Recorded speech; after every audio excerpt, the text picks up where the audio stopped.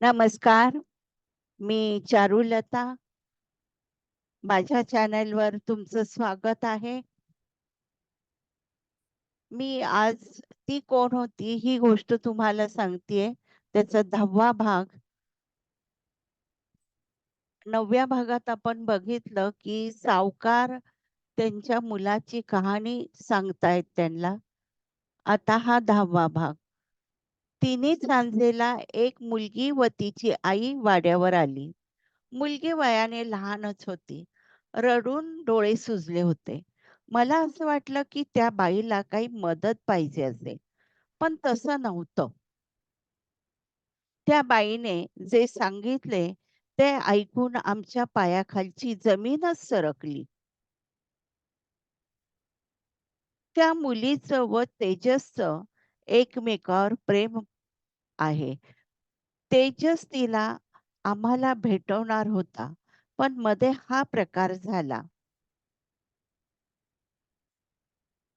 मी मुलीच्या आईला म्हणालो, "ठीक आहे, तेजस बरा झाला, तो परत आला की बघू." त्या मुलीची आई म्हणाली, "सावकार, एवढं सोपं नाही राहिले. हे पोरं चूक करून बसले." मी म्हणालो, "म्हणजे काय?" ती बाई म्हणाली, "तुमच्या घराण्याचा वंश वाढतोय तिच्या पोटात." त्या बाईचे बोलणे ऐकून मन आणि डोकं दोन्ही सुन्न झाले. थोड्या वेळाने मनात विचार आला, ही बाई खोटं बोलत असेल तर? मी म्हणालो, "कशावरून तुम्ही खोटं सांगत नसाल?" ती बाई म्हणाली, "नाही सावकार, मी व माझी मुलगी खोटं नाही बोलणार. आणि तुम्ही काय मला आज ओळखता का? डबेवाली म्हणून मी प्रसिद्ध आहे." ज्ञानेश्वर म्हणाला, "म्हणजे शाळेत त्या डबे देत होत्या त्या मावशी?" "हो, त्याच." सावकार म्हणाले. सावकार पुढे बोलायला लागले. मी मनात विचार आला, की मुलीला डॉक्टरकडे नेऊन मोकळी करावी. पण सावकारीणबाईच्या मनात आलं, जर खरंच आपल्या मुलाचं बाळ असेल, तर देवानेच ही योजना केली असेल तर आपला वंशज पुढे चालावा म्हणून काय करावं? डोकं भणभणायला लागलं. त्याच वेळेस सावकारीणबाईंनी मनाचा काहीतरी निर्धार करून उठल्या. त्या मुलीचा हात धरून देवघरात गेल्या. त्यांच्या पाठोपाठ मी व मुलीची आई पण गेलो. देवघरात सावकारीणबाईंनी कुलस्वामींनी देवीपुढे देवीपुढचा त्या मुलीला बेलभंडारा उचलायला लावला.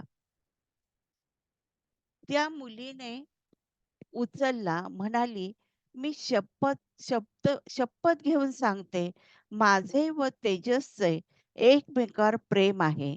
माझ्या पोटात वाढणारं बाळ तेजसचं आहे." हे ऐकल्यावर मला हे ऐकल्यावर आम्ही तिचा सून म्हणून स्वीकार केला. सावकारीणबाईंनी तिच्या समोर काही अटी ठेवल्या. त्या म्हणाल्या, "हे बघ मुली, तुला आत्तापासूनच ह्या वाड्यावर राहावं लागेल. कारण ही बातमी जर बाहेर कोणाला समजली, तर वंश नष्ट करण्यासाठी तुझ्या जीवाला धोका आहे. म्हणून तुला बाळंतपण होईपर्यंत वाड्यातून कुठेही बाहेर जाता येणार नाही. बाळंतपण झाल्यावर बाळाला माझ्याजवळ ठेवून तुला अमेरिकेत जावं लागेल. तुझ्यामुळे तेजस लवकर बरा होईल." आणि एवढं सगळं करून तेजस म्हणाला, की "ह्या मुलीचा व माझा काही संबंध नाही, तर तुला इथून जावं लागेल." आणि तो म्हणाला, "हो, आमचं प्रेम आहे, तर तुमचं लग्न इतक्या धूमधडाक्यात लावेल, अख्खी पंचक्रोशी बघत राहील. ह्या सर्व अटी मान्य असेल तर थांब, नाहीतर जा." त्या मुलीने सर्व अटी मान्य केल्या. तिची आई मुलीला सोडून जाताना रडत होती. आम्ही दोघांनी तिला आश्वासन दिलं, आम्ही तिचा सांभाळ चांगला करू. तुम्ही तिला भेटायला कधीही वाड्यावर येऊ शकता. मुक्कामी आल्या तरी चालेल." आणि आमच्या दोघांचा वेळ मैथिलीचं कोड-कौतुक करण्यात जाऊ लागला. आमच्याकडे मुलगी नव्हती. मग काय सावकारीबाईंना तर आभाळच ठेंगणं झालं. कधी 9 महिने निघून गेले समजलेच नाही. 9व्या महिन्यात तर हॉस्पिटलच मी वाड्यावर आणून ठेवले. डॉक्टर, नर्स ते मी मुंबईवरून आणले. आम्हाला नातू झाला. खूप आनंद झाला. पण तो आनंद आमच्या दोघातच साजरा केला. कोणालाही सांगू शकत नव्हतो नातू झाल्याचं. देवापुढे पेढे ठेवले आणि आम्हीच आमचं तोंड गोड केलं. इकडे नातू जन्मला त्याच वेळेस अमेरिकेतून फोन आला. तेजसला शुद्ध आली. नातवाचा पायगुण चांगला. मुलाने बापाला परत आणले. खूप खूप आनंद झाला. आणि ज्ञानेश्वर, तू जेव्हा इथं आला, तेव्हा बाळ 6 महिन्याचा होता. तो ज्ञानेश्वरी वाचायचा त्यावेळेस मैथिली गच्चीत यायची. तिला चेहरा बघून त्या माणसाचं भविष्य भाकीत करायची. त्या माणसाचं भविष्य भाकीत करायची. अगदी अचूक. तुला काय आवडतं? पुढच्या जीवनात तुझं कसं होणार? सर्व सांगायची. ज्ञानेश्वर म्हणाला, "मला बटाट्याची, भेंडीची भाजी आवडते." हे त्यांचंच भविष्य भाकीत का? सावकारीणबाई हसून म्हणाल्या, "हो." ज्ञानेश्वर म्हणाला, "पण नंतर परत त्या कधीच दिसल्या नाही." सावकारीणबाई म्हणाल्या, "तुझ्यापासून काय लपवू ज्ञानेश्वर?" मैथिली नेहमी म्हणायची, "आई, हा ज्ञानेश्वर आपला नातेवाईक होणार आहे, असं मला संकेत मिळतायत." सावकारीण म्हणाल्या, "ज्ञानेश्वर, खरं सांगते, माझ्या मनात वाईट विचार तरळून गेला, म्हणून मी तिला त्या बाजूला येऊ दिलं नाही. नंतर तिचे अमेरिकेत जायचे दिवस जवळ आले होते. मग तिला अमेरिकेत पाठवून दिले." ज्ञानेश्वर म्हणाला, "पण मैथिली त्या डबेवाल्या मावशींची मुलगी आहे का?" सावकारीणबाई म्हणाल्या, "हां, त्यांचीच आज मुलगी आहे असं आम्ही तरी समजतो. तसा कधी विषय निघालाच नाही, तर ते काही माहीत नाही. ते मावशींना भेटूनच विचारावं लागेल." सगळेजण मावशीकडे जायला निघाले. सावकारीणबाईंनी घरीच राहायचं ठरवलं. मेधा म्हणाली, "का घरी थांबतायत?" सावकारीणबाई म्हणाल्या, "बाळ घरी आहे ना." मेधा म्हणाली, "तुम्ही चला, राहुल बाळाला घेईल. म्हणजे बघणाऱ्याला माझे आणि राहुलचं बाळ वाटेल." राहुल ज्ञानेश्वरकडे पाहून म्हणाला, "बाळामुळे एवढी समजदार माझी बायको झाली. बाळाचे आभार मानतो मी."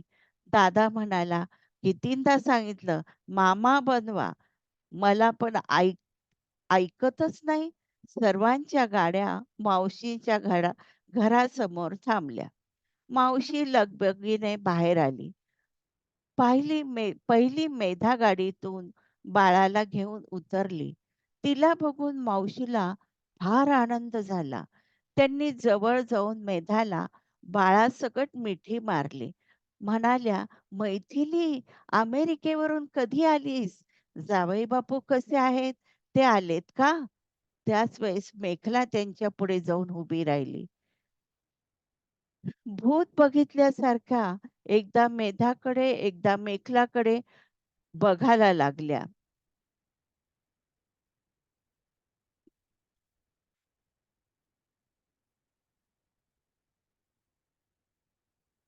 मग सावकारीणबाईंनी राधा मावशीच्या खांद्यावर हात ठेवला. सावकारीणबाई म्हणाल्या, "आपण आज जाऊन बोलूया."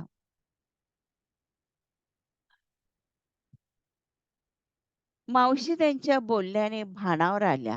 "हो, हो, तुम्ही प्रथमच माझ्या घरी येत आहात. या." मेधाला त्यांनी दारातच थांबवलं. मग त्या लगबगीने किचनमध्ये गेल्या. भाकर तुकडा व एक तांब्यात पाणी घेऊन आल्या व मेधा आणि बाळ यांच्यावरून उतरून बाहेर टाकलं. बाळ व मेधा दोघं आत आले. मावशीने मायेने आपल्या नातवाला मांडीवर घेतले आणि मुलीचा हात धरून तिला आपल्याजवळ बसवत म्हणाली, "बस गं मैथिली आपल्या आईबरोबर." सावकारीन म्हणाली, "राधाबाई, ती तुमची मैथिली नाही. ती ह्या राहुलची बायको आहे आणि ही मेखला ही यांची मुलगी आहे." मेखलाच्या आई-वडिलांकडे हात करून म्हणाली, "आणि हा दादा." हे तिघही अनाथ आश्रममधले. अनाथ आश्रमचं नाव घेताच राधा मावशीचा चेहरा उतरला व त्या थोड्या घाबरलेल्या दिसल्या. सावकारीन पुढे म्हणाल्या, "दादाचं काही नाही, पण ह्या तिघी सारख्या कशा दिसायला? मैथिली, मेधा, मेखला. तर मैथिली ही तुमचीच मुलगी आहे ना?" आणि सर्वजण मावशींकडे बघायला लागले. राधा मावशीच्या डोळ्यात पाणी आलं. त्या म्हणाल्या, "इतक्या वर्षांनी ही केस ओपन होईल असं वाटलं नव्हते. तुम्ही माझ्यावर केस तर करणार नाही ना?" सावकारीन म्हणाल्या, "नाही, नाही, आम्ही तसं काही करणार नाही. फक्त जे काही आहे ते खरं सांगा." मावशी सांगायला लागल्या, "मी बाळ नावाच्या अनाथ आश्रमात स्वयंपाकाचं काम करत होते. मी तिथे रोज जात असल्याने तिथले बाळ, मोठे मुलं यांच्या मी चांगली ओळखीचे झाले होते. मी तिथे गेले, की मुलं माझ्या अवतीभोवती असायची. मला स्वतःला मूलबाळ नाही. मग माझा वेळ त्यांच्यात चांगला जायचा. माझ्या नवऱ्याला फार वाईट वाटायचे, मूल नाही.